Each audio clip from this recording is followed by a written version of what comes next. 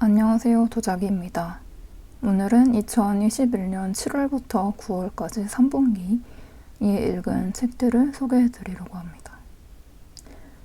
지난번에 소개해드린 것처럼 이렇게 저는 읽은 책들을 노션에 정리하고 있는데요. 우선 7월달에 읽었던 책을 보면 여기에 정신병의 나라에서 왔습니다. 부터 눈사태까지 쭉 읽었네요. 뭔가 7, 8, 9월에는 여름 휴가도 있고 그래서 좀 예상했던 것보다 더 많은 책들을 읽게 되었습니다. 먼저 3분기에 첫 번째로 읽은 책은 이단 작가의 정신병의 나라에서 왔습니다. 이 책은 이전 영상에서도 읽고 있었다고 소개해드린 것 같은데요.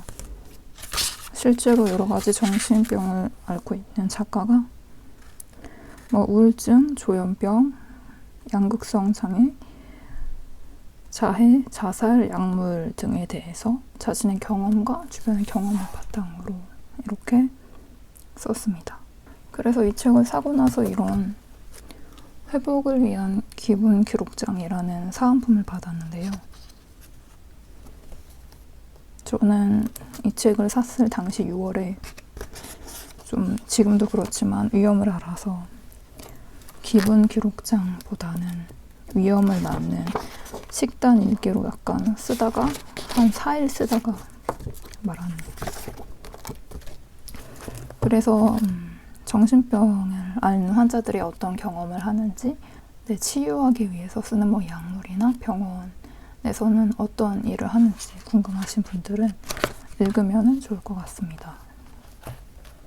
그 다음에 읽은 책은 푸시킨의 벨킨 이야기, 스페이드의 여왕이네요. 벨킨 이야기는 여러 개의 단편이 모여져 있는 단편집이고 스페이드 여왕은 아주 유명한 이야기죠. 이 이야기는 오페라로도 만들어졌고 그 다음에 차이콥스키의 교향곡 6번 비창을 가지고도 발레로도 최근에 만들어져서 공연을 한 영상을 봤는데 아주 제 마음에 들었습니다. 그래서 저는 개인적으로 푸시킨의 스페이드의 여왕이랑 그것보다 더 좋아하는 거는 희곡 보리스 고두노프인데요. 일단 스페이드의 여왕은 도박이 주된 소재예요. 그래서 어떤 게임에서도 이길 수 있는 그 비밀의 카드 3장을 알고 있는 노부인에게서 그 3장이 도대체 무엇인지 주인공인 게르만이 알아내려고 하다가 결국에 노부인이 놀라서 죽게 되거든요. 그리고 그 노부인의 원혼이 게르만에게 그 모든 게임을 이길 수 있는 3장의 카드를 알려주는데 그 카드가 결국에는 게르만을 파멸로 이끄는 이야기입니다. 저도 이번에 2번째로 읽었는데 2번째로 읽음에도 역시 재미가 있었습니다. 그래서 스페이드 여왕, 푸시킨은 러시아 문학계에서 아주 유명한 인물과 작품이기 때문에 관심 있는 분들은 한번 읽어보시면 좋을 것 같습니다. 그 다음에는 이 어린이라는 세계를 읽었어요. 어린이라는 세계는 예전에 어린이책 편집자로 일하고 지금은 독서교실을 운영하고 있는 김소영이라는 작가가 쓴 에세이인데요.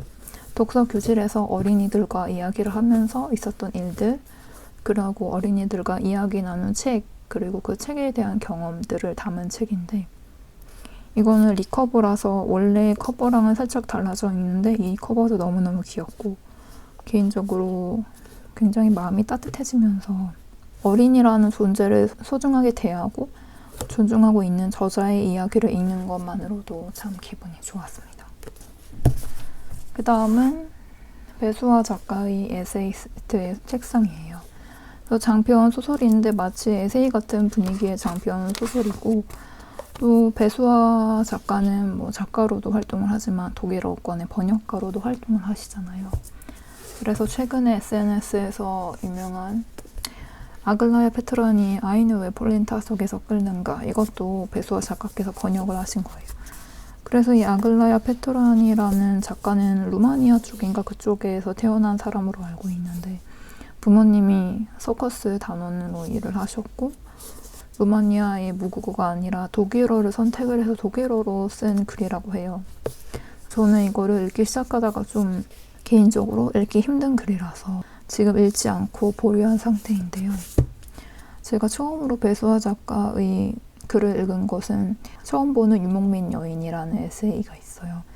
그래서 초원으로 여행을 떠나고 거기에서 있었던 일을 담은 에세이인데 저는 그 에세이가 정말 분위기도 그렇고 문체도 좋아서 배수아 작가를 좀 많이 기억을 하고 있었는데 이번에 에세이스트의 책상도 뭔가 쓸쓸하면서도 여기에 또 막 쇼스타코비치 음악에 대한 이야기도 나오거든요. 그래서 그런 것도 인상 깊었고 그렇기 때문에 읽어보게 되었습니다.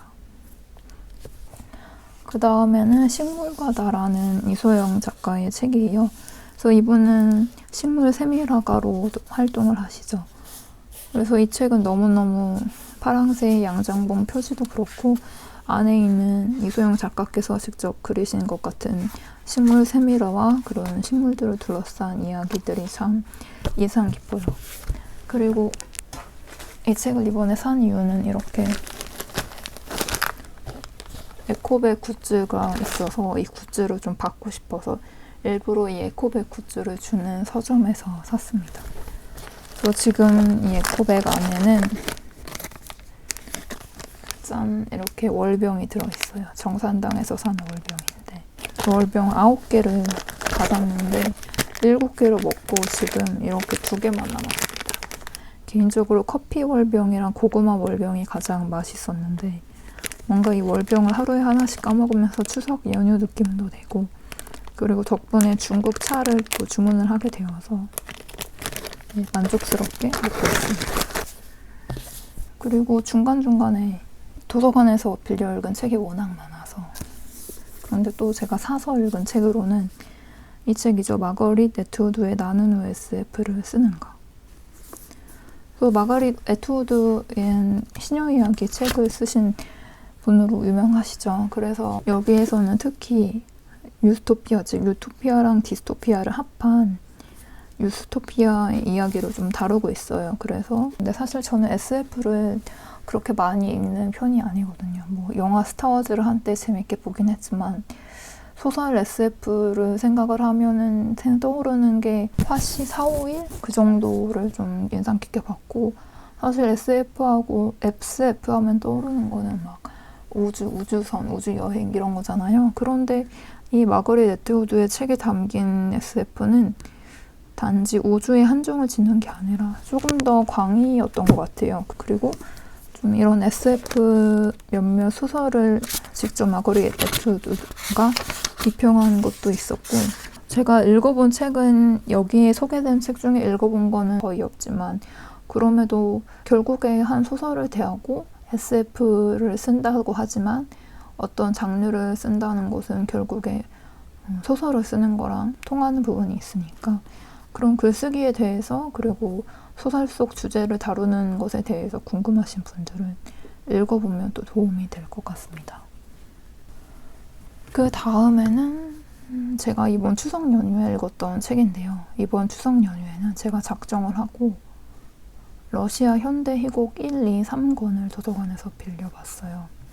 그래서 러시아 문학으로 유명한 열린 책들에서 예전에 냈던 책인데 지금은 다 품절이 되어 있지만 도서관에 1, 2, 3권이 다 있어서 쭉 읽어봤어요. 한 권마다 2명의 러시아 현대 작가들이 쓰는 희곡이 담겨있는 책인데요. 일단 러시아 현대 희곡은 이 책에서는 1960년대 이후부터 현대까지 그래서 그런 소련이라는 체제가 한참 활동을 하다가 또 몰락하는 그런 역사적인 상황 속에서 개개인의 삶이 다룬 것이 나와 있고요.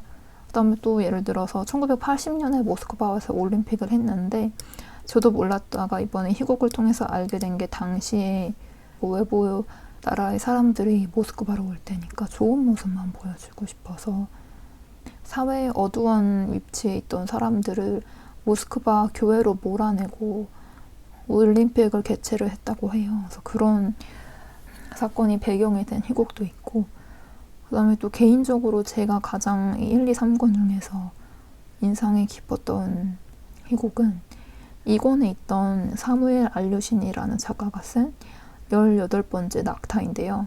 이 18번째 낙타는 하나의 이야기예요. 그래서 어떤 아버지가 자식들한테 17마리의 낙타를 주어서 첫째는 이 낙타의 절반을 가지고 둘째는 그 남은 절반의 3분의 1을 가지고 그런 식으로 했는데, 사실 우선 17을 절반으로 나눈다는 게 불가능하잖아요. 그런데 그때 지나갔던 사람이 자신이 타고 있던 낙타를 합쳐서 한번 계산을 해보라고 했대요.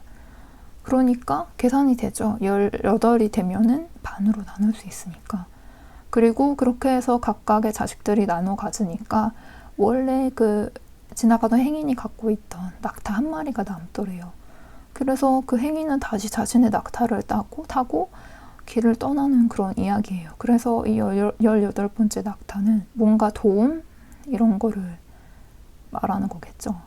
그래서 이 18번째 낙타 역시 당시에 소련 사회에서 여러 가지 상황에 둘러싸인 거기에는 예술학을 전공하는 박사도 나오고 이 집 저 집에서 청소를 하면서 살아가는 젊은 여자의 이야기도 나오고, 그 다음에 좀 나이가 들었던 중년 디자이너의 이야기도 나오고, 그 디자이너의 아들, 그러니까 젊은 아들 이야기도 나오고, 이 네 사람의 관계가 얽혀 있는데 결국에 그 중에 한 사람이 나는 당신에게 18번째 낙타에 불과하니까 이런 식으로 말을 하거든요.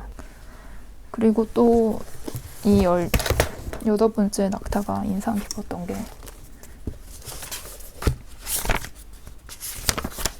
이 이야기에서 예술학, 그러니까 연극학 박사가 나오는데, 그 러시아 작가 중에서 체호프의 연극 희곡이 유명하잖아요. 그래서 연극학 박사니까 당연히 그런 거를 연구를 하고 그런 개개의 작품 속에 나오는 캐릭터들의 심정을 아주 잘 이해를 할 텐데, 거기에서 주인공 젊은 여자가 이런 말을 해요. 체호프의 어리석은 귀부인들이 벚꽃동산, 마우스가바로, 12시까지 침대에서 뒹구는 것은 힘들어, 벽돌 공장으로 가고 싶어 라고 짓거리는 것은 이해하면서 왜 자신의 삶은, 자신의 행동은 이해하지 못하는지 이런 걸 물어보거든요. 저는 이 부분을 읽으면서 좀 뜨끔했던 게, 제가 러시아 문학을 좋아하는 거는 러시아 문화를 좋아하는 이유도 있지만 뭔가 그런 문학 속에, 문학의 이야기 속에 파묻혀서 현실을 잊고 싶은 그런 이야기도 있는데, 결국에는 다시 사람은 자기가 살고 있는 현실에 직면을 하고 거기서 살아가야 된다라고 좀 말해주는 것 같아서 이 부분이 또 인상이 깊었습니다. 그래서 이 러시아 현대희곡 1, 2, 3권을 읽으면서 이 희곡들이 절대로 좀 밝은 분위기의 희곡이 아니거든요. 굉장히 팍팍한 삶을 담은 희곡이었는데, 저는 약간 러시아 문학 과다복용 상태가 되어서 당분간은, 저는 러시아 문학은 항상 좋아하지만 당분간은 러시아 문학에서 좀 한 발짝 멀어져서 다른 이야기를 읽으려고 하고 있어요. 그래서 이번 3분기에 읽은 책은 여기까지입니다. 여러분은 지난 7, 8, 9월에 어떤 책들을 읽으셨나요? 앞으로 2021년도 딱 한 분기가 남았네요. 11, 12월. 이 3개월만 있으면 2021년도 끝난다는 게 사실 지금 말하면서도 약간 믿기지 않은데, 남은 분기에도 열심히 꾸준히 책을 읽어서 마지막 분기에도 읽은 책들을 간단히 소개해 드릴 수 있었으면 좋겠습니다. 그러면 오늘 영상은 여기까지고요. 다음 시간에도 다시 재미있는 영상으로 찾아뵐게요.